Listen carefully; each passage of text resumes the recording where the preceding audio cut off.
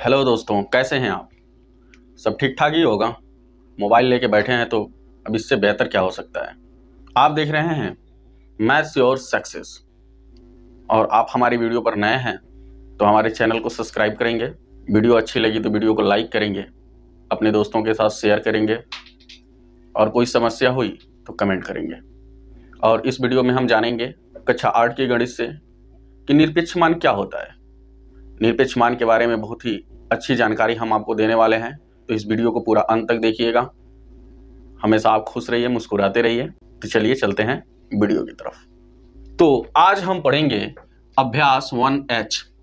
पहला सवाल लिखा हुआ है, निम्नांकित परिमेय संख्याओं के निरपेक्ष मान ज्ञात कीजिए। आइए हम लोग जान लेते हैं निरपेक्ष मान क्या होता है। प्रत्येक परिमेय संख्या का निरपेक्ष मान, चाहे वो ऋणात्मक हो या धनात्मक हो, उसका निरपेक्ष मान हमेशा धनात्मक ही होता है। आप हमेशा ये बात अपने ध्यान में बैठा लेंगे, अपने दिमाग में रखेंगे। यानी प्रत्येक परिमेय संख्या का निरपेक्ष मान, चाहे वो धनात्मक हो या ऋणात्मक हो, हमेशा उसका निरपेक्ष मान धनात्मक ही होता है। तो इस हिसाब से इन सभी सवालों को आप खुद हल कर सकते हैं कि ये क्या कह रहा है। तो हम देखते हैं, एक नंबर पर लिखा है 15/7 का निरपेक्ष मान। तो आप लिखेंगे पहले 15/7। अगर दोनों तरफ इस तरह का बार लगा हुआ है तो आप ये समझेंगे कि अंदर जो भी संख्या लिखी हुई है उसका निरपेक्ष मान हमसे पूछ रहा है। तो 15/7 का निरपेक्ष मान धन में 15/7 ही आप लिखेंगे। यहां पे दे रहा है माइनस में 11/8, तो आप लिखेंगे बार के अंदर माइनस में 11/8 का निरपेक्ष मान हमको मिलेगा धनात्मक, यानी 11/8। इसी प्रकार से माइनस में 19/-23 का निरपेक्ष मान, यानी एब्सोल्यूट वैल्यू। समझ रहे हैं ना, निरपेक्ष मान का मतलब एब्सोल्यूट वैल्यू। तो यहाँ पे इसको आप लिखेंगे 19/23 और यहाँ इसका निरपेक्ष मान अगर आप निकालते हैं कि माइनस में 8/19 है तो ये हो जाएगा धन में 8/19। बार में लिखा होने का मतलब ये हुआ कि इसका निरपेक्ष मान हमको बताना है। तो बार बार हम तो निरपेक्ष मान लिख नहीं सकते हैं, तो हम उसके लिए इस साइन का इस्तेमाल करते हैं। अगर इस साइन के अंदर धनात्मक भी है तो उसको जब बाहर लिखेंगे तो वो धनात्मक रहेगा, ऋणात्मक भी है तो उसको बाहर लिखेंगे तो धनात्मक रहेगा। आइए सवाल नंबर 2 हम लोग देखते हैं। लिखा है सरल कीजिए। अब इससे आपको घबराने की जरूरत नहीं है कि ये बाढ़ में लिखा हुआ है तो क्या करेंगे। अरे मेरे भाई, बहुत ही आसान है। देखिए, ये सरल करना हमने आपको सिखाया है पहले वाले चैप्टर्स में, ठीक है, 1A 1B में। आप जाकर इसको देख सकते हैं, ठीक है, बहुत ही आसान है ये। बस ये बाढ़ में लिखा हुआ है, यानी हम इसको हल कर लेंगे और इसका निरपेक्ष मान लिख देंगे। इसको हल कर लेंगे और इसका निरपेक्ष मान लिख देंगे। यानी ये बाढ़ लगा होने का मतलब होता है कि इन संख्याओं का हमें निरपेक्ष मान बताना है। तो सबसे पहले हल कर लीजिए, उसका निरपेक्ष मान लिख दीजिए। आइए हम लोग हल करते हैं इसको। अब यहाँ पे देख लीजिए, लिखा है 3/5 ऋण 2/3। दोनों के हर असमान हैं, तो हम क्या करेंगे, एलसीएम ले लेंगे। 3 और 5 का एलसीएम कितना होता है, 15। लिख लीजिए 5 तिहाई 15 3 बार में और 3 का गुणा अंश में, यानी इस 3 में 3 त्रिका 9 माइनस 3 का भाग फिर से देंगे 15 में, 3 बचे 15 5 बार में और 5 का गुणा 2 में, 5 दूना 10। अब देखिए यहाँ पे माइनस में 10 रुपया आप पे कर्ज है, यानी 10 माइनस में है, आप 9 रुपया उसको पे कर देंगे, यानी माइनस में 1 रुपया और आप पे कर्ज रह गया, यानी उसको देना रह गया जिससे आपने 10 रुपया कर्ज लिया है, बटा 15। अब इसका निरपेक्ष मान लिख देना है। हमने बताया है कि किसी भी परिमेय संख्या का निरपेक्ष मान कभी भी ऋणात्मक नहीं होता है, वो हमेशा क्या होता है, धनात्मक ही होता है। यानी माइनस में 1/15 का निरपेक्ष मान 1/15 होगा जो धनात्मक है। समझ में आया? आइए यहां पर देख लेते हैं हम लोग। इन दोनों का एलसीएम लेंगे 7 और 3 का, यानी 7 त्रिका 21। इन दोनों का गुणनफल ही एलसीएम है। 7 का भाग 21 में देंगे, 7 त्रिका 21 3 बार गया और उस 3 का गुणा -9 में करेंगे। तो ये 3 जो मिला ये प्लस में है और यहाँ 9 ये किस में है, माइनस में। तो प्लस माइनस जो भी मिलेगा माइनस में मिलेगा। और 3 9 27, प्लस का चिन्ह लगा दीजिए। फिर 3 का भाग आप 21 में देंगे, 3 7 21 7 बार गया, और 7 का गुणा आप 11 में करेंगे तो 11 सते 77 या 7 ग्राम 77। अब देख लीजिए यहाँ पे 77 रुपया आपके पास है धन, प्लस में है तो आपके पास है धन में, और 27 रुपया माइनस है यानी आप पे कर्ज है। ठीक है, ऐसे आप समझेंगे इसको तो बहुत ही आसान हो जाता है। ठीक है, तो अब हम क्या करेंगे, 27 रुपया जिसका हमने लिया है इस 77 रुपये में से उसको दे देंगे, तो कितना हमारे पास बच जाएगा, इकाई में से इकाई को घटाइए, 7 में से 7 गया 0, और 7 में से 2 गया 5 बटा 21, और इसका एब्सोल्यूट वैल्यू यानी निरपेक्ष मान कितना होगा, 50 बटा 21 जो धनात्मक है। धनात्मक परिमेय संख्या का भी निरपेक्ष मान धनात्मक होता है और ऋणात्मक का भी धनात्मक ही होता है, ये आप हमेशा ध्यान में रखेंगे। आइए हम लोग सवाल नंबर 2 का 3 देखते हैं। यहां पे लिखा हुआ है बार के अंदर माइनस में 3/5 गुणे माइनस में 7/11, तो यानी हमको इसे गुणा करना पड़ेगा। यानी गुणा करने के लिए हमने आपको बताया है गुणा का नियम, अगर आपको नहीं पता है तो आप पिछली वीडियो मेरी देख सकते हैं। यहाँ पे कोई किसी से कटने वाला नहीं है, तो हम क्या करेंगे, अंश का गुणनफल बटा हर का गुणनफल कर लेंगे। यानी माइनस यहाँ है, माइनस यहाँ है, माइनस और माइनस कितना हो गया, प्लस हो गया, और 3 सते 21, और यहाँ 5 के 11 में 11 पचे 55 हो गया। अब इसका निरपेक्ष मान हमने आपको बताया है, किसी भी धनात्मक परिमेय संख्या का निरपेक्ष मान भी कितना होता है, धनात्मक ही होता है, तो हमने इसको 21/55 लिख लिया। लिखा है उत्तर का सही विकल्प अपनी अभ्यास पुस्तिका में लिखिए। उसके अंदर सवाल नंबर 3 दे रहा है, कह रहा है कि यदि x बराबर -1/2 और y बराबर 3/4, तो बाड़ में x प्लस बाड़ में y। अब इसका मतलब क्या है कि x का जो मान है उसका निरपेक्ष मान निकाल लीजिए, y का जो मान है उसका निरपेक्ष मान निकाल लीजिए, और फिर दोनों को जोड़ दीजिए। तो आइए हम लोग फिर पुनः इस सवाल को यहां लिखते हैं, और जहां x का मान है उसमें x का मान भर दीजिए,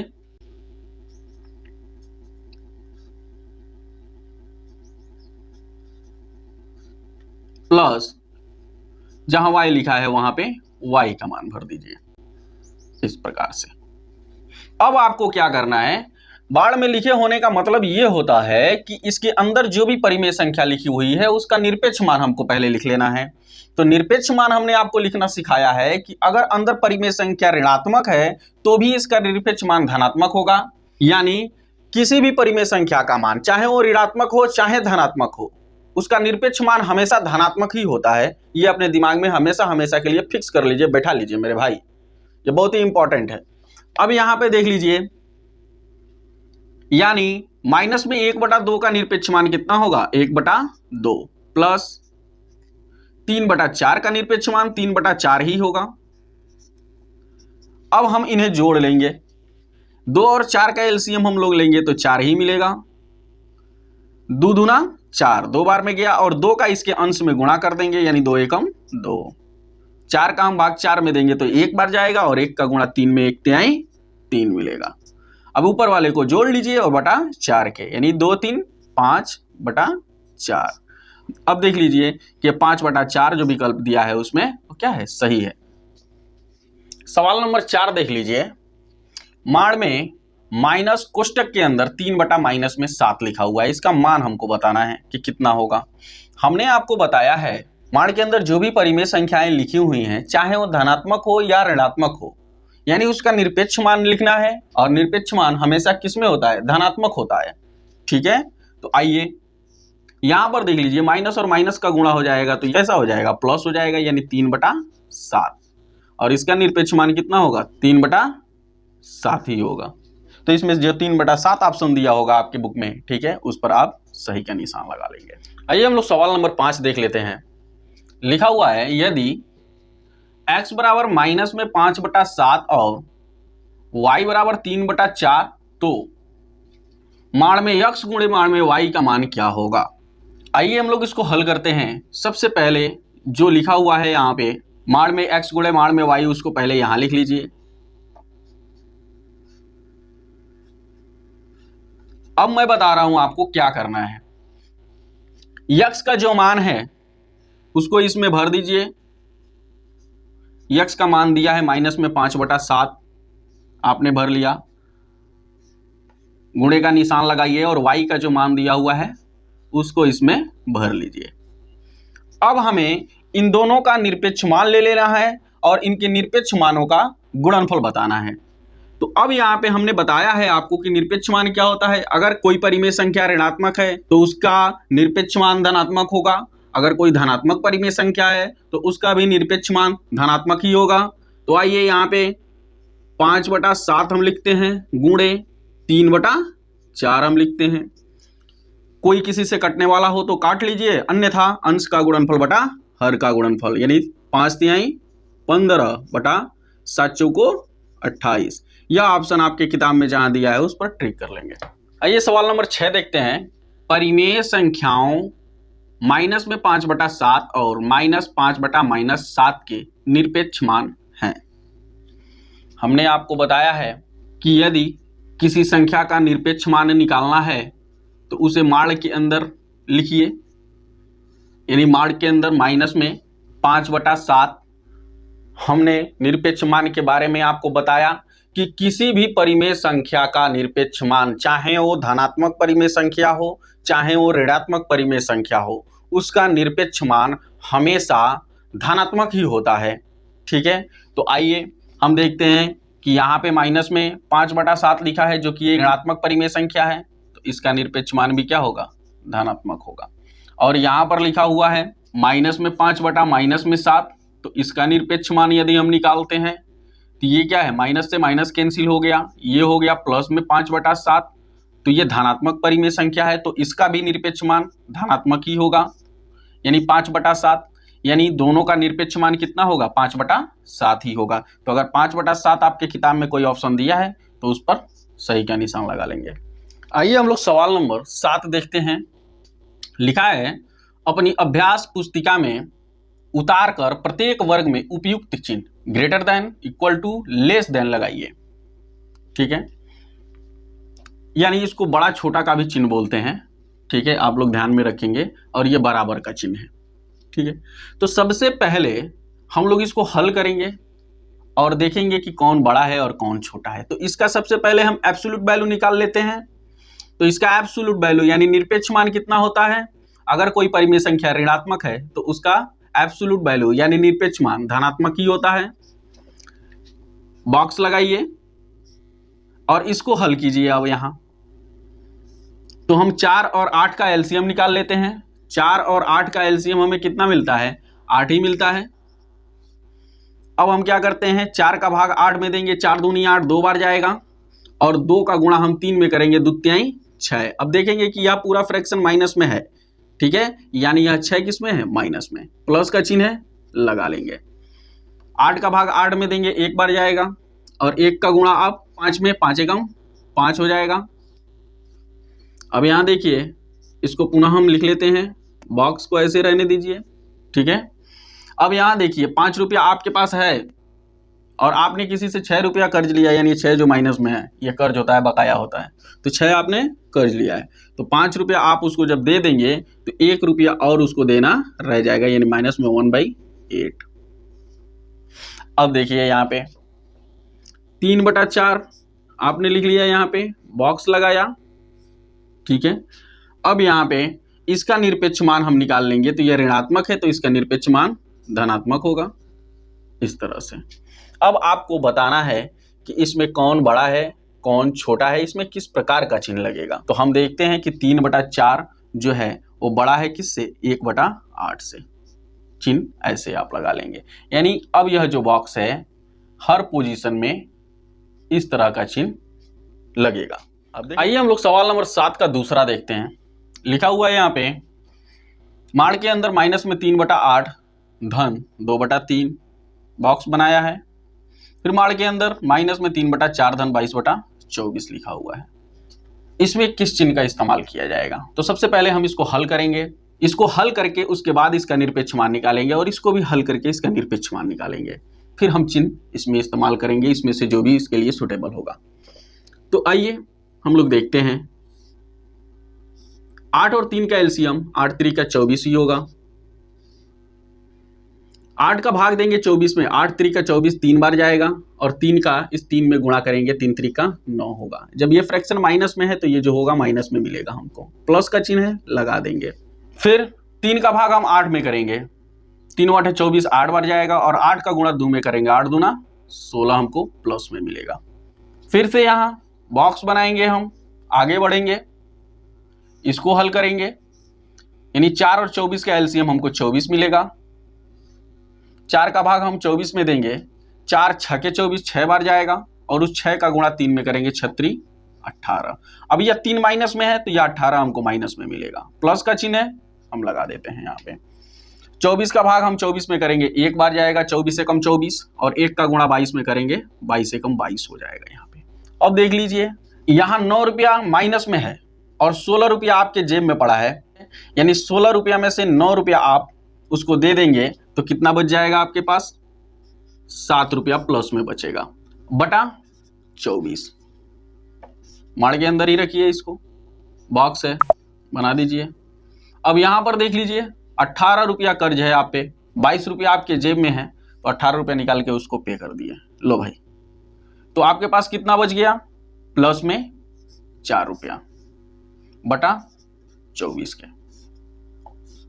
अब यहां देख लीजिए अगर कहीं कुछ कटने वाला है तो काट लीजिए, जैसे यहाँ पे 4 एकम 4, 4 छके 24 और यहाँ पे लिखा है 7 बटा 24। 24 का निरपेक्ष मान 7 बटा 24 ही रखेंगे, बॉक्स से यहाँ लगा देंगे।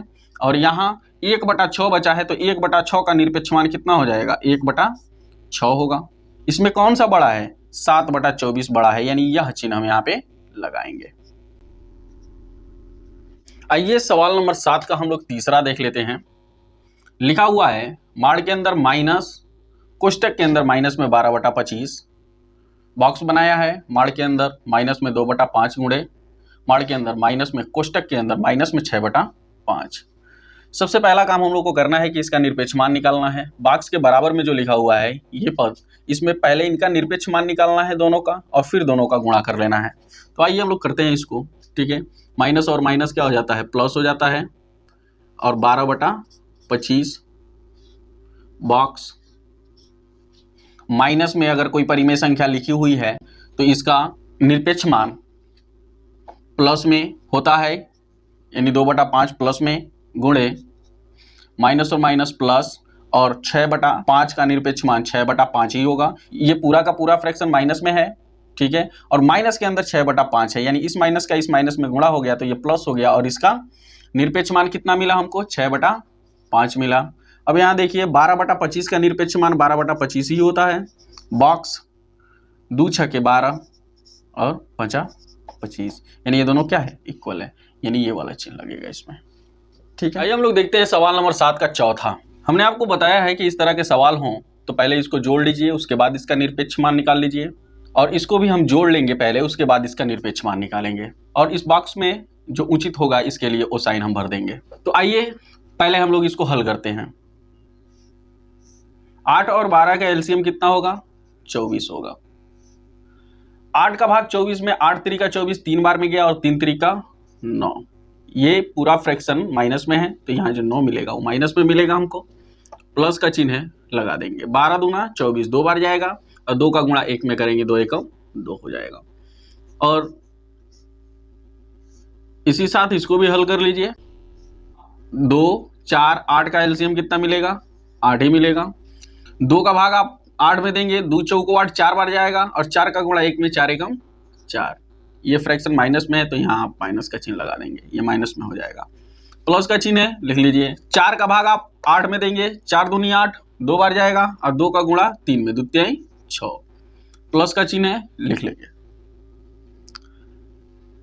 8 का भाग 8 में देंगे, 1 बार जाएगा और 1 का गुणा 1 में 1 ही आपको मिलेगा, बंद कर लीजिए। अब यहाँ पर देखिए 9 रुपया आप पे कर्ज है, यानी माइनस में 9 रुपया है, 2 रुपया आपके जेब में है, आपने उसको पे कर दिया जिसका लिए थे, तब भी उसको 7 रुपया माइनस में देना रह गया और बटा किसके, 24 के। बॉक्स है लगा लीजिए। यहाँ देखिए जो प्लस में होगा उसको जोड़ लीजिए और जो माइनस में है उसको घटा दीजिए। तो यहाँ 6 प्लस में है यानी 6 के पहले प्लस का चिन्ह लगा हुआ है यानी 6 प्लस में है, 1 के पहले प्लस का चिन्ह लगा है यानी 1 प्लस में है। तो 6 1 7 हो गया और 7 में से 4 घट गया, ठीक है, तो कितना बचा? 3 बचा और बटा किसके? 8 के। लिख लीजिए इस तरह से। अब यहाँ पे आप देख सकते हैं माइनस में 7/24 है और यहाँ 3/8 मिला है, तो इन दोनों का अब निरपेक्ष मान निकाल लीजिए, एब्सोल्यूट वैल्यू, यानी माइनस में 7/24 का एब्सोल्यूट वैल्यू 7/24, बॉक्स लगा दीजिए। 3/8 का एब्सोल्यूट वैल्यू 3/8। अब इसमें से जो चिन्ह आप इसके लिए उचित समझते हैं वह लगा दीजिए, ठीक है, यानी 3/8 बड़ा होगा किससे? 7/24 से। तो ये इस प्रकार का चिन्ह है और यह चिन्ह इन सब के लिए होगा। आइए हम लोग देखते हैं सवाल नंबर 8। इसमें लिखा हुआ है यदि x बराबर 5/9 और y बराबर 2/3 तो दिखाइए कि माण में x धन y बराबर माण में x धन माण में y। अब आइए हम लोग समझ लेते हैं कि हमें करना क्या है। हमें करना यह है कि सबसे पहले इन दोनों का योग ज्ञात करना है, उसके बाद हमें इसका निरपेक्ष मान निकाल लेना है और इसमें करना है हमें कि पहले इनका निरपेक्ष मान निकाल लेना है, फिर इन दोनों को जोड़ लेना है। यानी पहले हम इसमें मान भर देंगे। x का जो मान है 5/9 धन y का जो मान है यानी 2/3 बराबर x का जो मान है उसको भर लेंगे यानी 5/9 धन y का जो मान है उसको भर लेंगे यानी 2/3। देख रहे हैं ना। अब हमें क्या करना है पहले वाले में, तो सबसे पहले हम इन दोनों का योग निकाल लेते हैं। तो योग निकालने के लिए सबसे पहला काम कि इन दोनों का एलसीएम ले। तो 3 और 9 का एलसीएम हमको कितना मिलेगा? 9 ही मिलेगा। 9 का भाग हम 9 में करेंगे, एक बार जाएगा, और 1 का गुणा इस 5 में करेंगे तो हमको 5 ही मिलेगा, प्लस 3 3 का 9 3 बार जाएगा और इस 3 का गुणा इस 2 में करेंगे तो 3 दूना 6 मिलेगा, बराबर। अब यहां देख लीजिए 5/9 का निरपेक्ष मान 5/9 यानी धनात्मक ही रहेगा, धन 2/3 का निरपेक्ष मान 2/3 ही रहेगा। अब हम इन दोनों को जोड़ लेते हैं। 6 और 5 11/9 के बराबर इन दोनों का हम क्या लेंगे? एलसीएम लेके, और यानी कहने का मतलब ये हुआ यहाँ पे कि हम सबसे पहले इन दोनों का निरपेक्ष मान निकाल लिए, अब हम इन दोनों को जोड़ेंगे, जबकि यहाँ पे पहले जोड़ लेना है फिर निरपेक्ष मान निकालना है। तो यहाँ हम क्या करते हैं 9 और 3 का एलसीएम 9 मिलता है, 1 9 9 1 5 5 धन 3 3 का 9 और 3 दूनी 6 यानी 11/9 बराबर 6 5 11/9 ही मिलता है। यानी इसको आप कह सकते हैं left hand side equal to right hand side, दायां पक्ष बराबर बायां पक्ष। आइए हम लोग 8 का दूसरा देख लेते हैं। यहां पर भी x बराबर 5/9 और y बराबर 2/3 ही भरना है। तो सबसे पहले यहां पे देखेंगे कि माड़ के अंदर x गुणे y लिखा है बराबर माड़ के अंदर x गुणे माड़ के अंदर y। अब हम क्या करेंगे कि इसमें हम x और y का मान भर लेते हैं।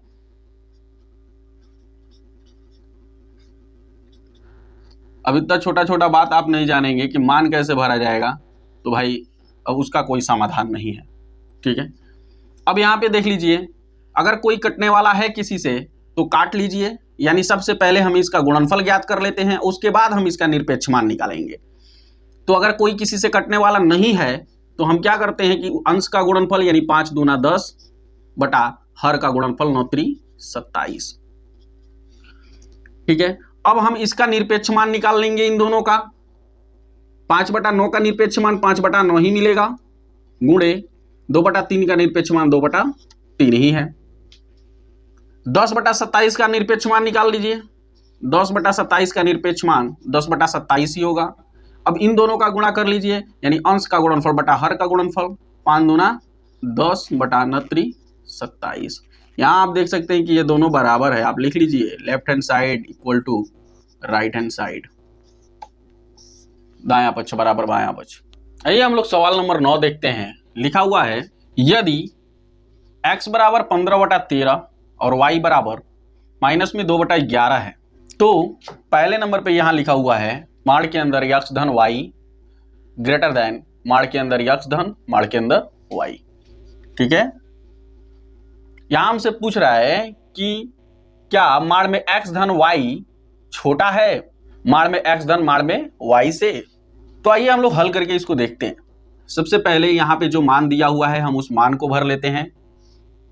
x बराबर 15/13 लिखा हुआ है तो x की जगह पे 15/13 आप लिख लें, प्लस y का मान दिया हुआ है -2/11 तो आप इसको -2/11 यहां पे लिख लें, लेस देन माड़ में x का मान क्या है 15/13 धन y का मान कितना है -2/11। सबसे पहले हम इसको माड़ के अंदर ही हल कर लेंगे। इन दोनों का एलसीएम ले लेंगे। 13 और 11 का एलसीएम कितना होगा 143। अब हम क्या करेंगे, जिसका हमने एलसीएम लिया है उससे एलसीएम के टोटल अंक में भाग देंगे और जितना हमको भागफल प्राप्त होगा उससे इसके अंश में गुणा करके यहां लिख देंगे। यानी 13 का हम भाग देंगे 143 में तो कितनी बार जाएगा 11 बार जाएगा और 11 का गुणा हम 15 में करेंगे, 15 एकम 15, 15 एकम 15, 165 हमको मिलेगा। प्लस का चिन्ह है आप लगा लीजिए। फिर आप 11 का भाग 143 में देंगे तो 13 बार जाएगा और 13 यहाँ जो मिला वो प्लस में और यहाँ जो 2 मिला है वो माइनस में है तो प्लस माइनस यानी जो भी हमको मिलेगा वो किस में मिलेगा माइनस में मिलेगा। अब 13 दूना 26 यहां ये हो गया, लेस देन अब यहां पे देखिए 15/13 का एब्सोल्यूट वैल्यू यानी निरपेक्ष मान कितना होगा 15/13 ही होगा, धन माइनस में 2/11 का एब्सोल्यूट वैल्यू कितना होगा 2/11 प्लस में होगा।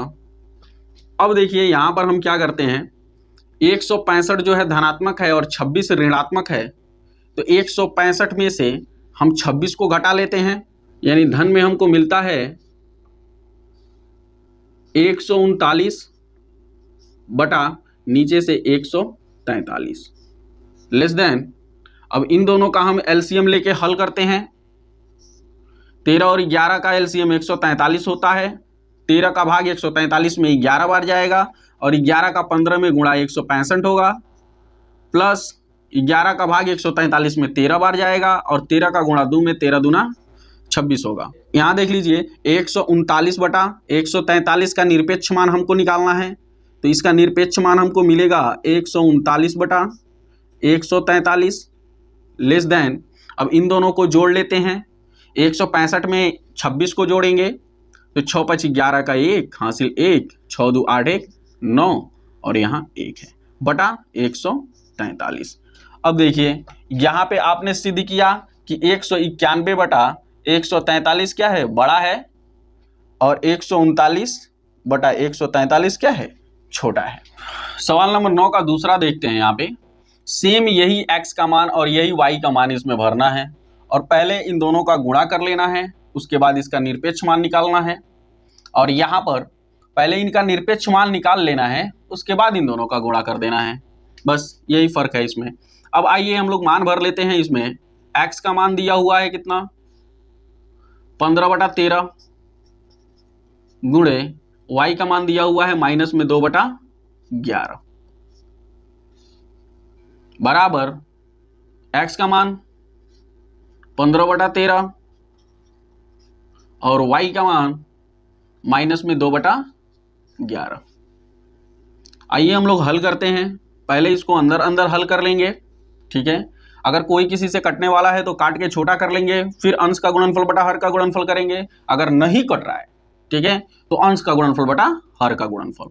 तो आइए यहाँ पे कोई किसी से मेरे ख्याल से नहीं कटने वाला है। ये 15 प्लस में है और यहाँ 2 माइनस में है तो प्लस माइनस माइनस, अब 15 दूना कितना हो जाएगा 30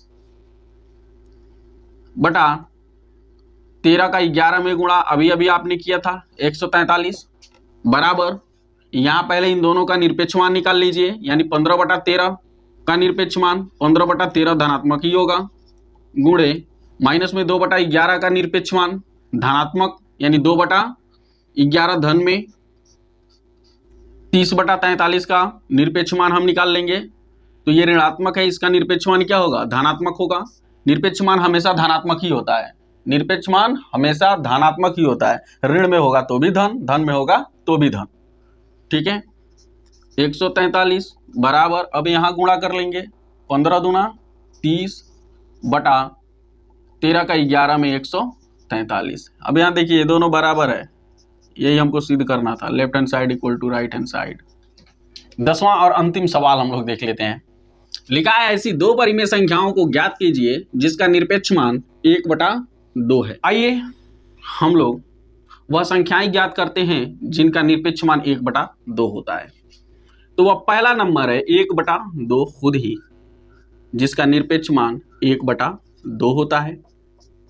और दूसरा परिमेय संख्या वह है, यानी माइनस में 1/2, जिसका निरपेक्ष मान कितना होता है? 1/2 होता है। तो पहली संख्या 1/2 है और दूसरी संख्या माइनस में 1/2 है, जिसका निरपेक्ष मान 1/2 होता है। तो मुझे आशा है ये चैप्टर आपको काफी अच्छे से समझ में आया होगा।